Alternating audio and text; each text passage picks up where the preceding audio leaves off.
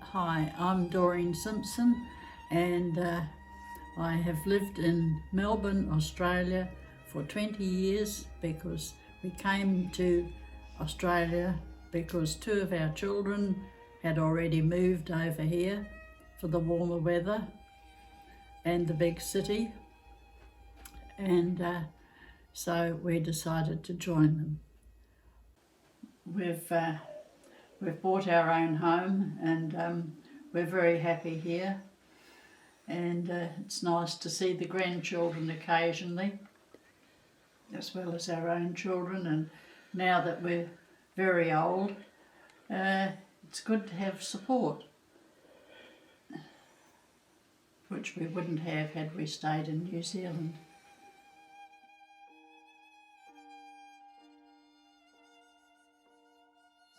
I had a sister, but she died when I was 2. There was nothing wrong with her other than the fact that she was damaged when she was born. Mother should have had a cesarean, but she didn't. And the head was deformed and all when she was born. She was paralysed, completely paralysed. So it was a blessing that she did die, really.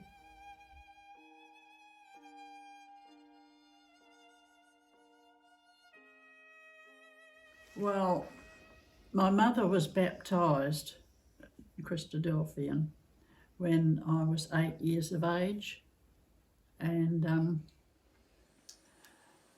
she belonged to a small meeting that I think now was probably Old Paths, and she used to occasionally take me along to meeting with her, and I was bored to tears because I was only 8 that time, and I had to sit still for 3 hours and not fidget.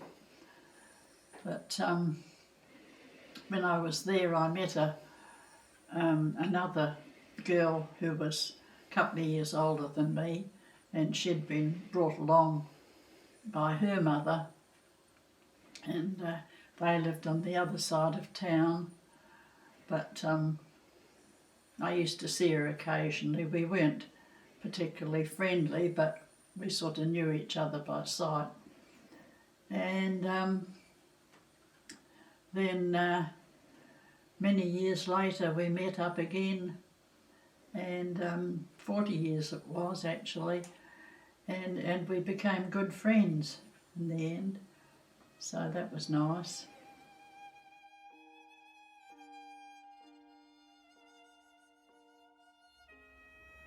Yeah, I wasn't very happy at primary school because I'd never learnt how to get on with other children. I hadn't associated with many children until such time as I went to school at 5. So I didn't know how to relate to them, and I still find it difficult even today. But I managed. I was quite more often than not I was on my own. But anyhow, I got through it eventually, and the year the war ended was the year I left school, at the end of the year, and I went to college, and I went to what they called in those days a technical college, where they taught crafts and so forth, and one of the subjects that I took was sewing, and I did well in that. And after 3 years education, I left and went looking for a job, and I looked for a job in the sewing trade because I knew I could sew, not commercially but efficiently enough that I was willing to take it on, so I set my apprenticeship, and I sewed for years after that until I got married, and then I had to leave and have a family. That was it.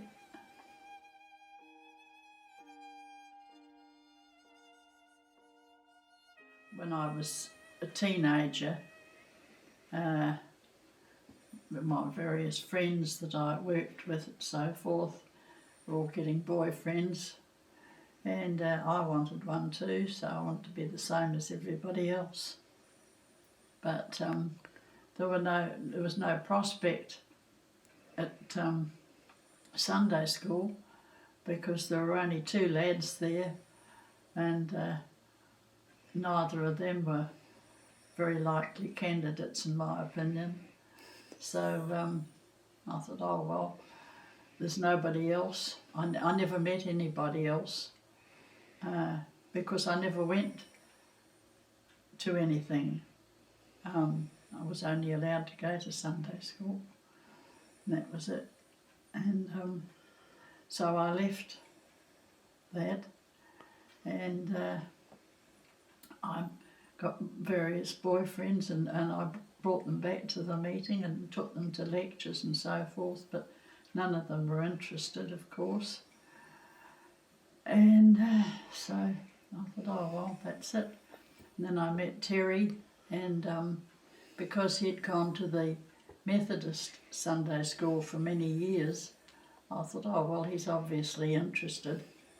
But that was a false hope, because he made it quite clear after we were married that he wasn't interested at all, and I wasn't to try and harass him. So I thought, oh well, I'll wait for my opportunity. And life took over, and I had 3 children, and we moved around the country here and there, and eventually came back to Wellington. And when I was 50, I thought, now everybody's got their way, what they want, and they've gone to where they want, so it's my turn. I'll do what I want. And I went along to a Sunday night lecture, and had a very warm welcome, which pleased me, because I sort of felt that everybody was a bit cool when I was younger. Could have done more perhaps.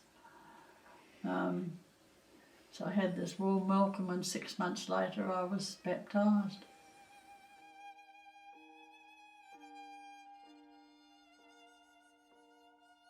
I'm interested in that transition from a young girl going to Sunday school, and then at 50 taking on Christ. Well, I never lost my faith. I was always believing, but when I was young, I felt a strong rebellion against any controls, and I knew what I should do and I knew what I shouldn't do, and I broke plenty of rules, much to my sorrow now, but I still retained my faith, and I just ignored it. I shouldn't have, but I did, but never mind, it was still there, and I knew I couldn't do anything with him the way he was, and he would probably have walked out on me. So I stayed, and I thought, I'll wait my opportunity. Anyhow, after the children left home, I suddenly realised, well, I'm pretty well free. I can do what I like now, and if he walks out it's too bad. I had a bit more confidence in my own ability to manage on my own if necessary. So I decided to go back and see if I could do something towards being baptised.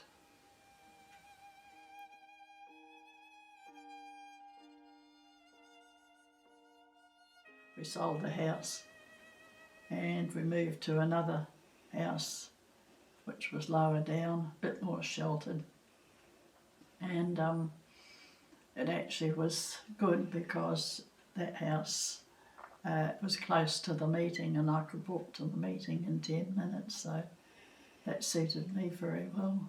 So I was happier there, and I joined up with the garden club over there and one or two other things, and I was very happy. I didn't want to move, didn't want to come over here, but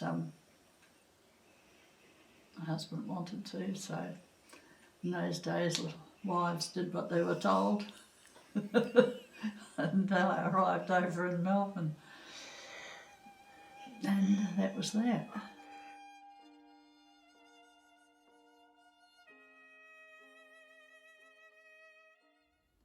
Well, it was very overwhelming because it was so big. I couldn't get my head round it because I was used to a small city that you could almost walk from one side to the other, and you know, within an afternoon, say, but you can't do that in Melbourne.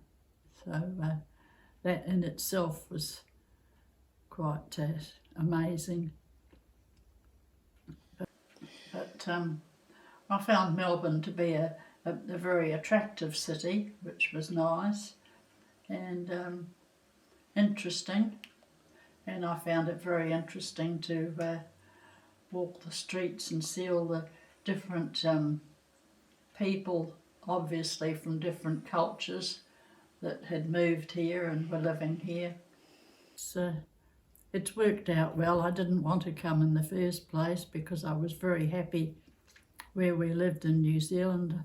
I could walk to the meeting in 10 minutes, and I found that a big help, having to do it all on my own, because my husband wasn't and isn't interested in the truth.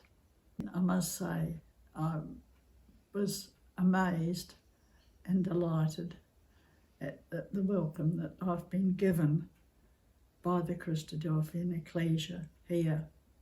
It's been really genuinely like another family to me.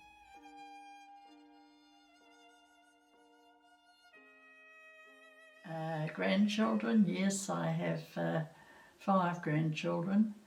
2 of them live in Wellington. They're the children of my youngest, he married a local girl who was born in Wellington, but she was Hindu. And I can remember one day when they were courting, and I moved from the living area to the hall where it was dark, there was no light on, opened the door, and I nearly walked into her because she was dressed completely in black and she was also black. And I got such a shock, I've never forgotten. But anyway, we get along very well now, and I think the world of her, so that's good.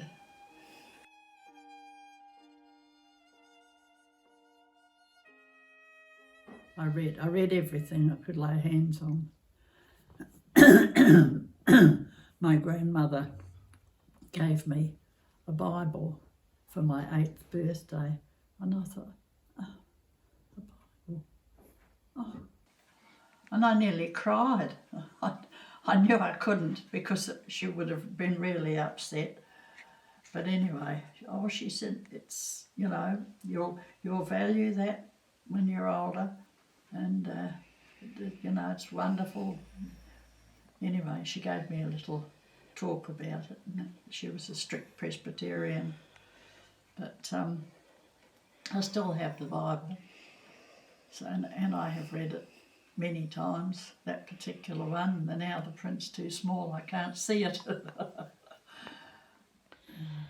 But no, I didn't have any. I was not sporting because my parents were both old when I was born.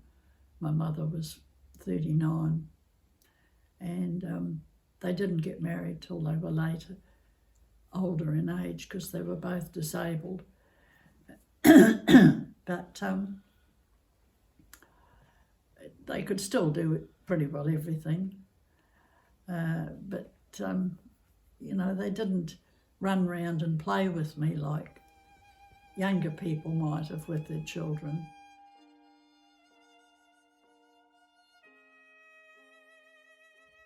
And when you came to Melbourne, which meeting did you go to initially when you came to Melbourne? Blackburn South. So that's how I came to meet Uncle Bert and Nora. And they took me for years till they moved house. How did you find them, the first meeting, the first couple of meetings? How did you find them as a group of brothers and sisters? Oh, very warm and welcoming. I thought it was wonderful. I thought I'd died and gone to heaven. It was so different. You know, like the Wellington meeting, I would get up to leave and everybody be sitting there. So I just walked out. You know, you don't see people in Blackburn sitting there like statues. They look, you know, normal.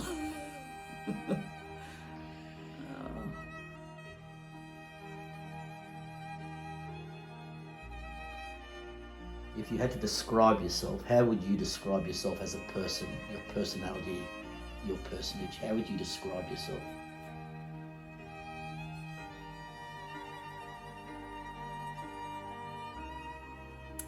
Plodder.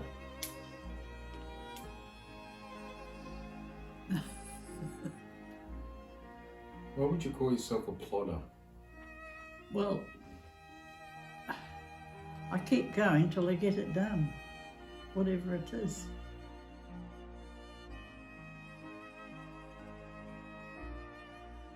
A final message, a closing message to your brothers and sisters here worldwide, Wellington. What would your final message be?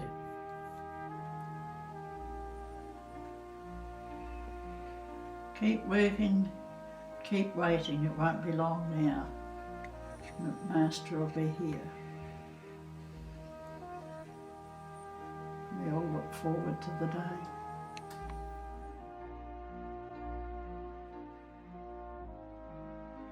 I think you'd be staggered to understand the esteem that you are held in the ecclesia simply because you're just there all the time. And to see your consistency and your persistence and your integrity and your love for the things of God, you know, you don't have to say anything. We just notice it, and it's just amaze me. It's just you know, you're a treasure to our meeting. Some of the